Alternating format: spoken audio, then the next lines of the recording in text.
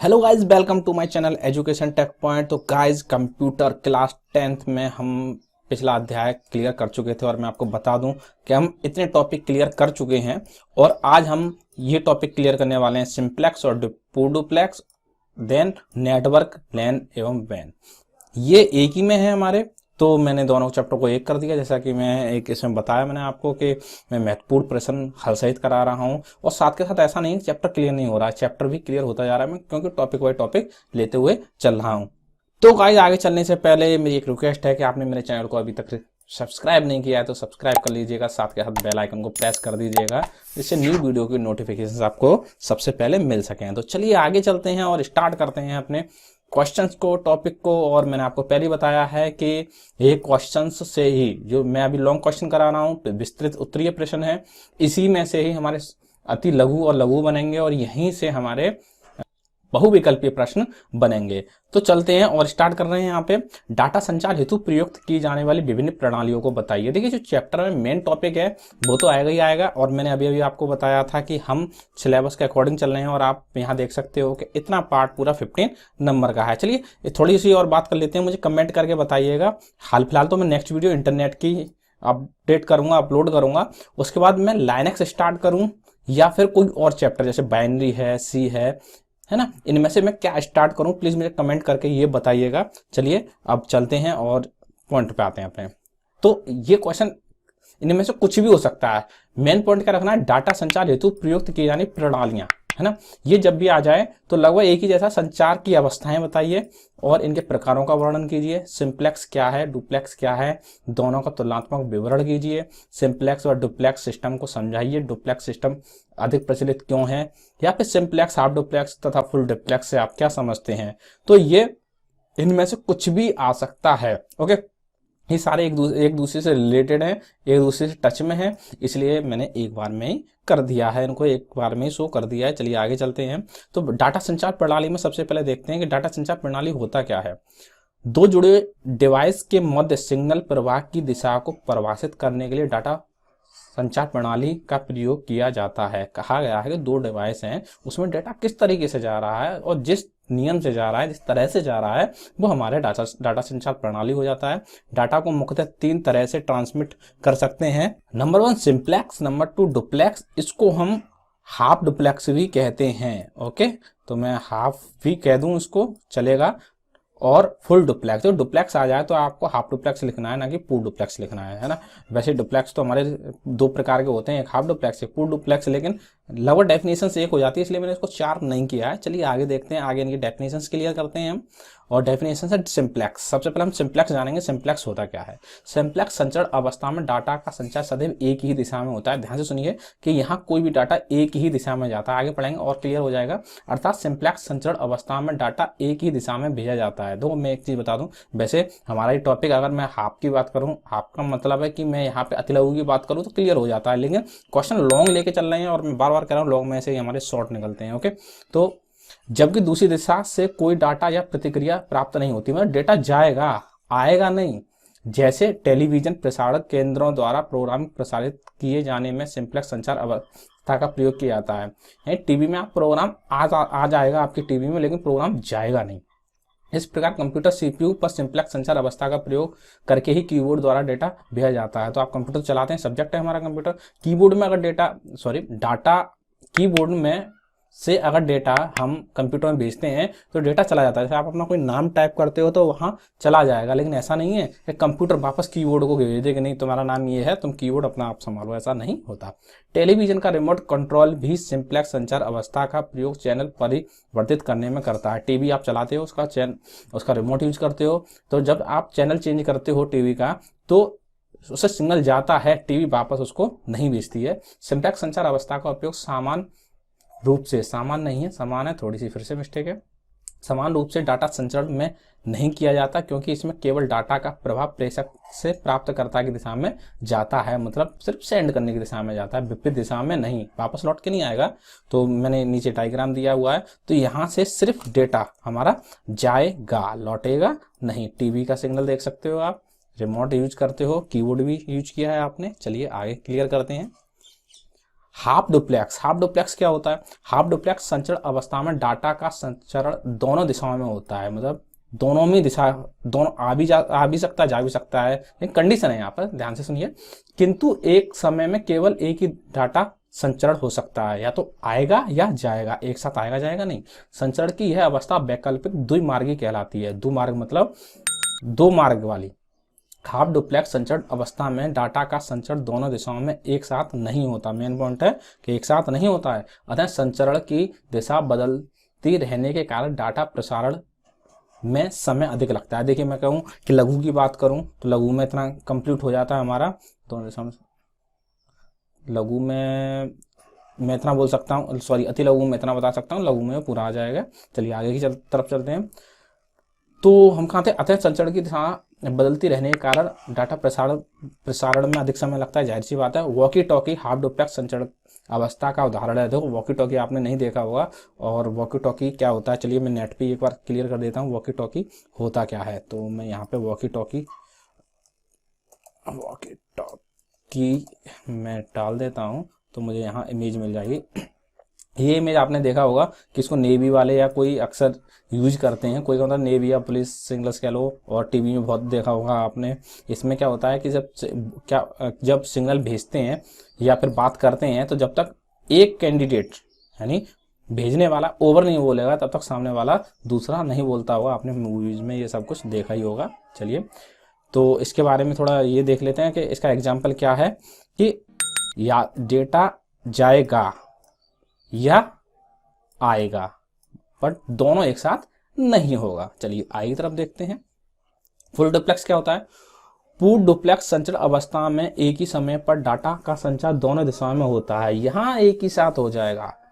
पूर्ण duplex half duplex को मिलाकर बनाए जाते हैं। हाँ, पूर्ण डुप्लेक्स हाफ डुप्लेक्स को बनाकर ही चलाए जाएंगे, जो एक समय पर एक दिशा में डाटा संचरण का कार्य करते हैं। टेलीफोन तथा मोबाइल। तो टेलीफोन मोबाइल तो आप डेली चलाते हो, इसके एग्जांपल देने की जरूरत नहीं है। आप एक साथ में कह सकते हो, सुन भी सकते हो कि संचरण अवस्था में मुख्य उदाहरण है, क्योंकि इनमें दोनों व्यक्ति एक साथ बोल तथा सुन सकते हैं। मतलब सीधी सी बात बताऊं कि फुल डुप्लेक्स में आप आपस में लड़ सकते हो और बराबर में आवाज सुनाई देगी। हाफ डुप्लेक्स की तरह नहीं है कि भाई पहले तुम बोल लो और भाई फिर मैं बोल लूँ, ठीक है।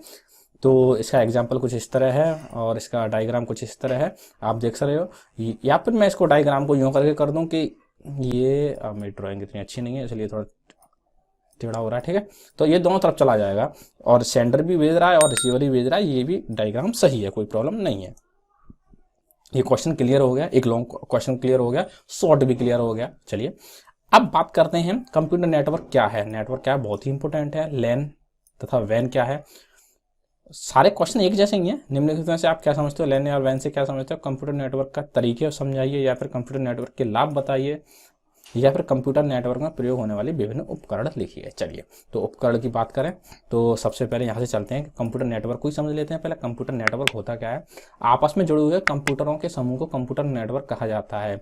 आप नॉर्मली किसी अपने स्कूल में ही जाते होंगे तो देखा होगा आपने कि एक कंप्यूटर से कई कंप्यूटर चल रहे हैं, या लाइफ में कभी देखने मिला होगा। यदि वे आपस में सूचनाओं का आदान प्रदान कर सकें, कंडीशन ये है जुड़े तो हैं लेकिन सूचना जा सके और आ सके। तो अगर सूचना आ नहीं रही है, जा नहीं रही है, तो वो नेटवर्किंग नहीं है। नेटवर्क कंप्यूटरों को आपस में सूचना, संदेश, प्रोग्राम तथा संसाधनों की हिस्सेदारी करने का अवसर देता है। संसाधनों की हिस्सेदारी मतलब आप क्या कर सकते हो कि आप सूचना भेज सकते हो, प्रोग्राम भी तथा संसाधन जैसे आप कई कंप्यूटर से एक प्रिंटर जोड़ सकते हो। ओके, आप बैंक में भी देखा होगा कि कई सारे कंप्यूटर पर एक ही प्रिंटर लगा होता है, तो इस तरह इसका यूज होता है। या फिर मैं कहूँ नेटवर्क स्वतंत्र लेकिन आपस में जुड़े कंप्यूटरों का समूह है। दो या दो से अधिक कंप्यूटर आपस में जुड़े हुए तभी कहलाते हैं यदि वे डाटा और सूचनाओं की लेन देन संबंधी कार्यों में सक्षम हो, मतलब डाटा ले सकें और दे सकें। चलिए आगे की तरफ देखते हैं। कंप्यूटर नेटवर्क में उपयोग होने वाले विभिन्न उपकरण, देखो जिनकी जरूरत पड़ती है। क्वेश्चन भी आया है कई बार कि उपकरण बताइए कि इसमें कौन कौन से उपकरण यूज होते हैं। सबसे पहले सर्वर क्या होता है, क्योंकि सर्वर को सिंपल वे में समझा दूं, जो सर्विस प्रोवाइड करवाता है वही सर्वर होता है। ओके, यह एक विशेष कंप्यूटर होता है जो नेटवर्क में केंद्र का कार्य करता है, मतलब एक विशेष कंप्यूटर जिसके द्वारा सारे कंप्यूटर चल रहे हैं। यह सॉफ्टवेयर, फाइल तथा हार्डवेयर, प्रिंटर जैसे उपकरणों का साझा, साझा का मतलब देखिए ज़्यादा हिंदी मैंने लिख दी है पर एडजस्ट करेंगे क्योंकि साझा का मतलब शेयर होता है, प्रयोग तथा ईमेल जैसी सेवाओं प्रदान करने का कार्य करता है। ओके, समझ में आ गया होगा, शेयरिंग है नेटवर्किंग में। चलिए आगे की तरफ देखते हैं। नोड, नोड देखो इन क्वेश्चन को बाद में भी आएंगे, शॉर्ट में भी आए। नोड क्या है, सर्वर क्या है, तो आगे चल के बात करेंगे।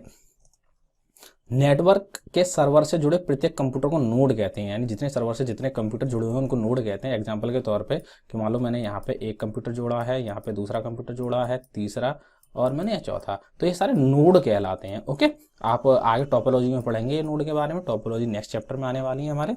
चलिए आगे देखते हैं। क्लाइंट किसे कहते हैं? यह भी एक कंप्यूटर नोड होता है जो सर्वर की सेवाओं का प्रयोग करता है, जो सर्वर की सेवाओं, यहाँ पे थोड़ा गलत हो गया है, की सेवाओं का प्रयोग करता है। इसमें वह कंप्यूटर क्लाइंट की भूमिका निभाते हुए विभिन्न स्थानों पर स्थित कंप्यूटरों से सूचना तथा सुविधा का साझा करते हैं। तो क्लाइंट की मैं बात करूं तो क्लाइंट आप इसको भी बोल सकते हो मेन को। ओके, ये एक मेन कंप्यूटर है जो सबको सर्विस प्रोवाइड करा रहा है। चलिए आगे की बात करते हैं। यहाँ पर केबल, तो केबल के बारे में आप जानते हो, केबल एक कंप्यूटर को दूसरे कंप्यूटर के जोड़ने के लिए केबल की जरूरत पड़ती है। टोपोलॉजी, टोपोलॉजी नियम होते हैं जो अगले चैप्टर में हम पढ़ने वाले हैं। तो कंप्यूटर नेटवर्क में कंप्यूटर को जोड़ने की व्यवस्था को टोपोलॉजी कहते हैं। कंप्यूटर नेटवर्क कंप्यूटर से जोड़ने वाली व्यवस्था को टोपोलॉजी कहते हैं। इन कंप्यूटरों को उनके आकार, दूरी या बनावट के आधार पर विभिन्न प्रकार से जोड़ा जाता है, जो हम इसमें पढ़ने वाले हैं। अब हब की बात करेंगे। हब क्या होता है? नेटवर्क में अलग अलग कंप्यूटरों के तारों को एक साझा मतलब शेयर बिंदु, शेयर पॉइंट से जोड़ने का कार्य आपके द्वारा किया जाता है। देखिए मैंने हब का भी थोड़ा डायग्राम में आपको क्लियर करा दूं कि हब कैसा होता है।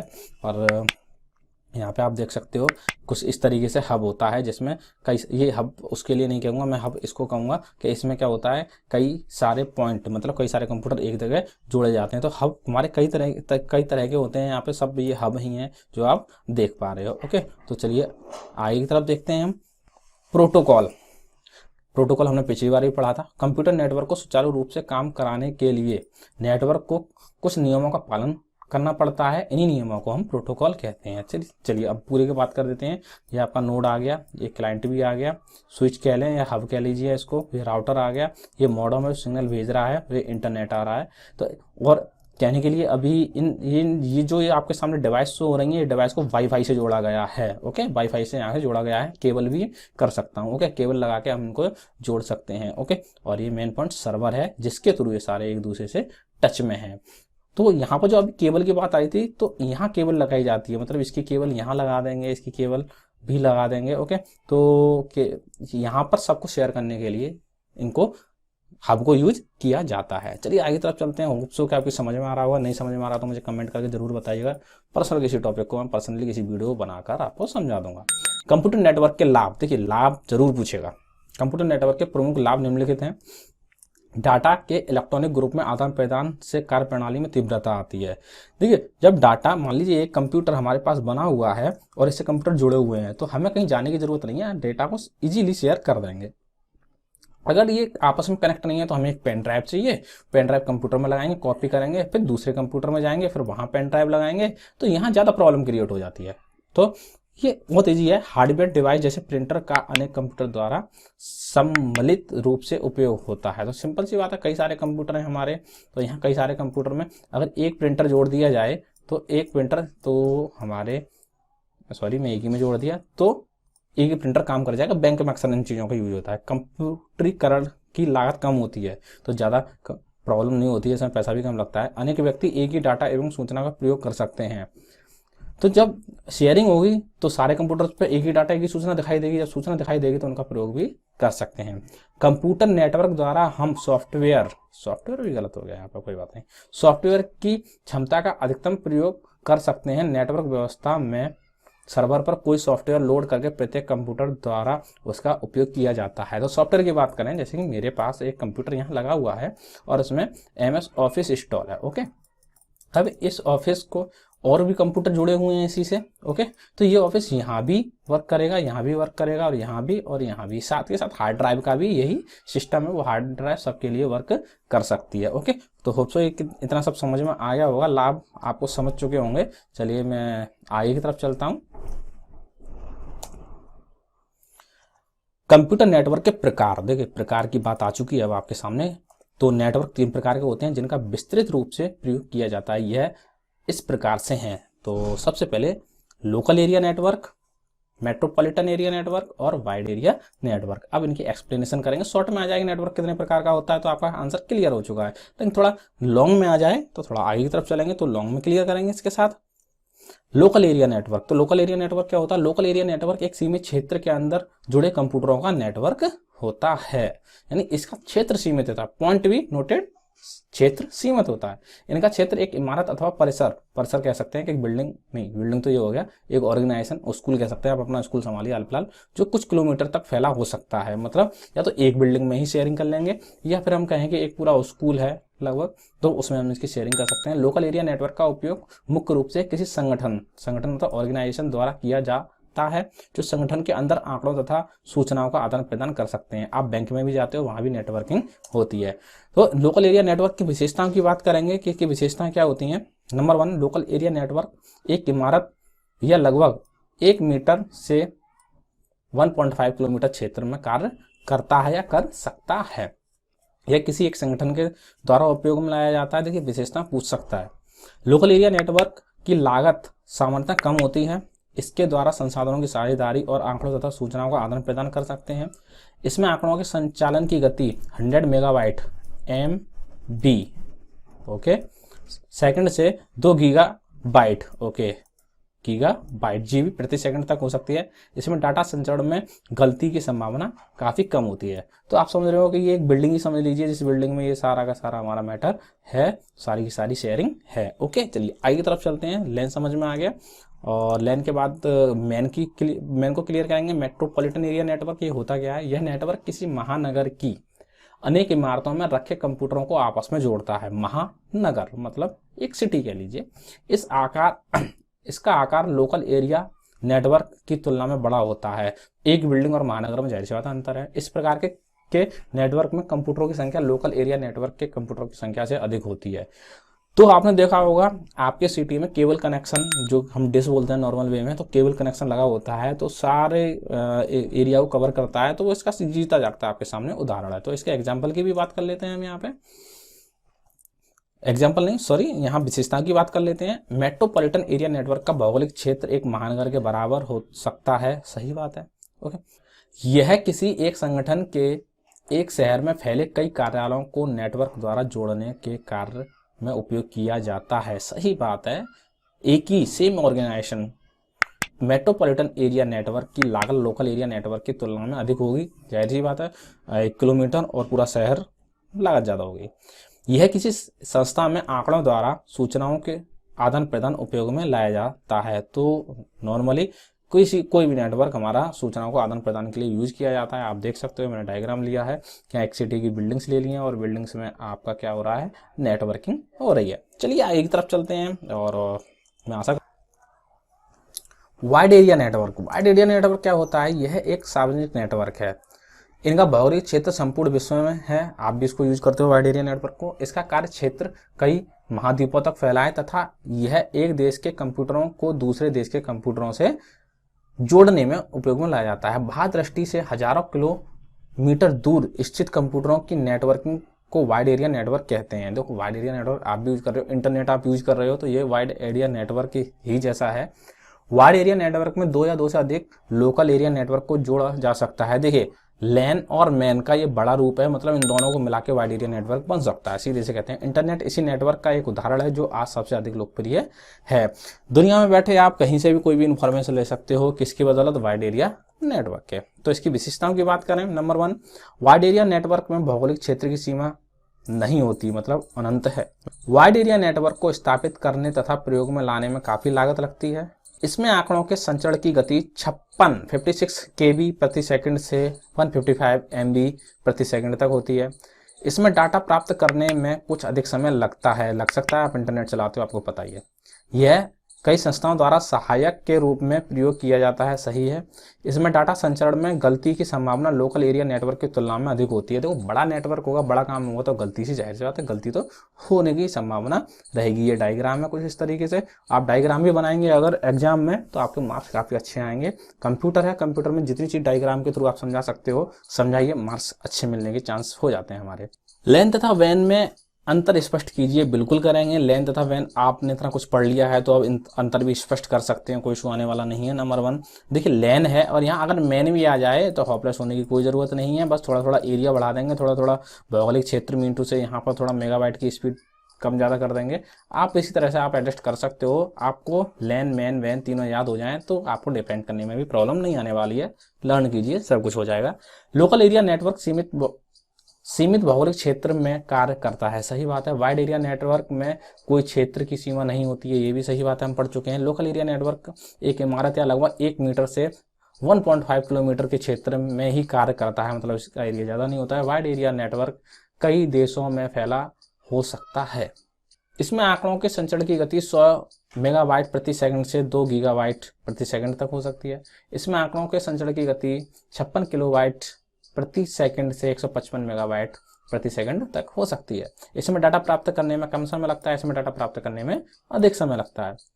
यह किसी एक संगठन के द्वारा उपयोग में लाया जाता है, यह कई संस्थाओं द्वारा साझे मतलब शेयर में प्रयोग किया जा सकता है। लोकल एरिया नेटवर्क स्थापित करने की लागत सामान्यतः कम होती है और वाइड एरिया नेटवर्क स्थापित करने की लागत हमेशा ज्यादा होती है क्योंकि बड़ा एरिया है। इसमें डाटा संचरण में गलती की संभावना काफी कम होती है और इसमें डाटा संचरण में गलती की संभावना लोकल एरिया नेटवर्क से ज्यादा होती है। तो आपने ये भी क्लियर कर लिया है। चलिए अब आगे की तरफ चलते हैं। लघु उत्तरीय एवं अति लघु उत्तरीय प्रश्न, मतलब मैं आपको पहले बता दूं एग्जाम में अगर लघु आ जाए तो कम से कम आधा पेज लिखना है और अति लघु आ जाए तो कम से कम 2 लाइन तो लिखनी है और आगे तो आप संभाल ही लेंगे, होशियार हैं आप। निम्नलिखित से क्या तात्पर्य है? नंबर 1 लेन वैन अभी पढ़ा है, तात्पर्य आप क्लियर बता देंगे क्योंकि मैंने इनके आंसर इसलिए नहीं लिखे हैं क्योंकि ये मैं पहले करा चुका हूँ लॉन्ग में। मैं लॉन्ग इसलिए करा रहा हूँ कि लॉन्ग से ही शॉर्ट निकलने हैं। मैं हर बार एक ही बात कह रहा हूँ, लॉन्ग पर फोकस कीजिए और शॉर्ट जो लॉन्ग में नहीं मिल रही है वो पढ़ लीजिए। लेन तथा वैन में तुलना कीजिए, आप करेंगे। नेटवर्क के 2 लाभ बताइए, मैंने बताए हैं और नहीं पता तो मुझे क्वेश्चन कीजिएगा, मुझे नहीं पता अदरवाइज मुझे कमेंट बॉक्स में लिख के बताइएगा कि इनके ये लाभ है। कंप्यूटर सीपीयू पर किस संचार अवस्था का उपयोग करके कीबोर्ड द्वारा डाटा भेजा जाता है? कीबोर्ड द्वारा डाटा भेजा जाता है मतलब हमने पहली चीज बताई थी, सिर्फ डाटा जाएगा आएगा नहीं, तो कीबोर्ड द्वारा सिंप्लेक्स होता है। हाफ डुप्लेक्स और फुल डुप्लेक्स क्या होते हैं, इन दोनों में एक एक उदाहरण लिखिए, ये भी मैंने बता दिया। हाफ डुप्लेक्स फुल डुप्लेक्स क्या क्या होते हैं। संचार माध्यम में सिंप्लेक्स, हाफ डुप्लेक्स या फुल डुप्लेक्स में अंतर बताइए, ये भी आप बता सकते हो, कोई इशू नहीं है, मैं बता चुका हूँ। कंप्यूटर नेटवर्क के अवयवों के नाम बताइए, मैंने अवयव बताया, नोड क्या है, क्लाइंट क्या है, ये इनके अवयव हो जाते हैं। निम्नलिखित का दीर्घ नाम लिखिए। देखो मैं फुल फॉर्म की बात करूं तो फुल फॉर्म कहीं से भी आ सकती हैं, तो मैं फुल फॉर्म की पूरी लिस्ट यहाँ पे प्रोवाइड करवाऊंगा आपके लिए और पीडीएफ भी दे दूंगा, तो आप उनमें से लर्न कर लीजिएगा। नंबर बात करते हैं सीडीएमए की फुल फॉर्म क्या होती है। Code division multiple access. GPS की फुल फॉर्म क्या होती है? Global positioning system. डीएमपी की फुल फॉर्म होती है डॉट मैट्रिक्स प्रिंटर। एफडीडीआई की फुल फॉर्म होती है fibre distributed data interface. CPS की होती है full form character per second PAN. Personal area network, देखिए हमारे मैं इसके बात बताऊं, लैन को आपने पढ़ लिया है, मैन को भी आपने पढ़ लिया है और वैन को भी आपने पढ़ लिया है, लेकिन मैं आपको एक पर्सनल एरिया नेटवर्क में बता दूं कि ये बहुत मतलब होती ही इसकी प्रणाली है लैन मैन वैन की, लेकिन पर्सनल एरिया नेटवर्क इतना यूज नहीं होता है, इसलिए मैंने क्लियर नहीं किया था। लेकिन बाई चांस इसकी फुल फॉर्म आ जाए तो इसका पर्सनल एरिया नेटवर्क होता है। OSI इंटरनेशनल स्टैंडर्ड ऑर्गेनाइजेशन, इसका याद रखेंगे आप। और OSI के बारे में अगले चैप्टर में पढ़ाने वाला हूँ। OSI की 7 लेयर होती हैं। ASCII American standard code for information interchange, ये भी हमारे पास चैप्टर है, हम पढ़ेंगे, लेकिन फुल फॉर्म आई थी तो मैंने उसमें आपको क्लियर करा दिया है, तो होप्सो कि समझ में आ रहा होगा और आप लर्न भी करेंगे, अच्छे मार्क्स भी लेके आएंगे और मुझे बाद में थैंक भी बोल देना, कोई बात नहीं है। नोड किसे कहते हैं बता दिया, क्लाइंट किसे कहते हैं मैंने बता दिया, सर्वर किसे कहते हैं मैंने बता दिया है, नहीं आता होगा कमेंट कीजिएगा। चलिए आगे चलते हैं। बहुविकल्पीय प्रश्न देखिए, जितने मुझे लगा कि जितने मैं काट छाट सकता हूं तो वो काट छाट करके मैं दे दिया आपको। नंबर 1 वाइड एरिया नेटवर्क का उदाहरण है, मतलब वाइड एरिया नेटवर्क जो सबसे बड़ा नेटवर्क है। सैटेलाइट, हाँ ये भी है, ये माइक्रोवेव ये भी है, टेलीफोन ये भी है, मतलब ये सभी हैं। आंसर इज ये सभी। चलिए आगे चलते हैं। इस संचार में सैटेलाइट का प्रयोग किया जाता है। किस संचार में सैटेलाइट का प्रयोग किया जाता है? Local area network, metropolitan area network, ये भी थोड़ा होता है। मॉडेम तो अलग मैटर हो गया। इंटरनेट, आपका आंसर इज इंटरनेट। और कभी कभी वीडियो को पॉज करके आप भी सोच सकते हैं, मैं तो कंटिन्यू चल ही रहा हूँ, वीडियो को पॉज कर लेना और सोचना। किस संचरण अवस्था में डाटा का संचार सदैव एक ही दिशा में होता है? ये तो आप बता देंगे वैसे ही, कोई बात नहीं, मैं सीधे सीधे कहता हूँ, सिंप्लेक्स। ओके। किस संचरण अवस्था में एक ही समय पर डाटा का संचरण दोनों दिशाओं में होता है? देखिए अब तो आप ये बता ही देंगे, एक ही समय में मतलब टेलीफोन कर सकते हैं तो फुल डुप्लेक्स इसको कर सकते हैं। ओके, बहुत इजी क्वेश्चंस हैं, पढ़े हैं, समझ में आएगा। नेटवर्किंग के लाभ बताइए। देखिए मैंने अभी पीछे क्वेश्चन आया था नेटवर्किंग के लाभ, मैं बात करूं तो अभी थोड़ा और पीछे जाने वाला हूं मैं यहाँ पर, और यहाँ पर नेटवर्किंग के लाभ बताइए, तो वो लाभ सारे आपके सामने आ चुके हैं। तो चलिए पॉइंट पे चले जाइए और आगे की बात करते हैं नेटवर्किंग के लाभ। तो नेटवर्किंग के लाभ कौन कौन से हो गए? हमारे संसाधनों का साझा करना, मतलब संसाधनों को शेयर करना, बिल्कुल सही बात है। डाटा का तीव्र संप्रेषण सही है, विश्वसनीयता सही है, ये सब सभी हैं, सही है, तो आपको लाभ भी मिल गए, कोई इशू नहीं है। निम्नलिखित में से कौन सा नेटवर्क का सबसे प्रमुख अथवा केंद्रीय कंप्यूटर होता है?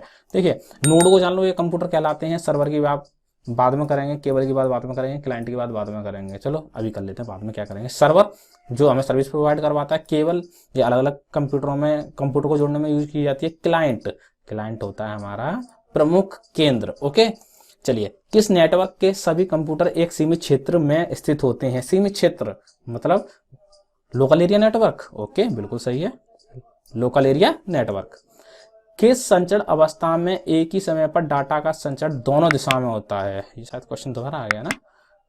चलिए बात करते हैं फुल डुप्लेक्स, ये क्वेश्चन मैंने दोबारा कर दिया। तो गाइस इस तरह हमारा चैप्टर खत्म हो चुका है और आपने मेरी वीडियो देखी, इसके लिए बहुत बहुत धन्यवाद। और वीडियो अच्छी लगी हो तो लाइक जरूर कर देना, साथ के साथ चैनल को सब्सक्राइब करना और शेयर जरूर करना। So thank you for watching my video. और मुझे कमेंट करके जरूर बताना कि इंटरनेट के बाद, नेक्स्ट चैप्टर तो इंटरनेट है, इंटरनेट के बाद हम कौन सा चैप्टर स्टार्ट करें। So thank you for watching my video, मिलते हैं अपनी नेक्स्ट वीडियो में।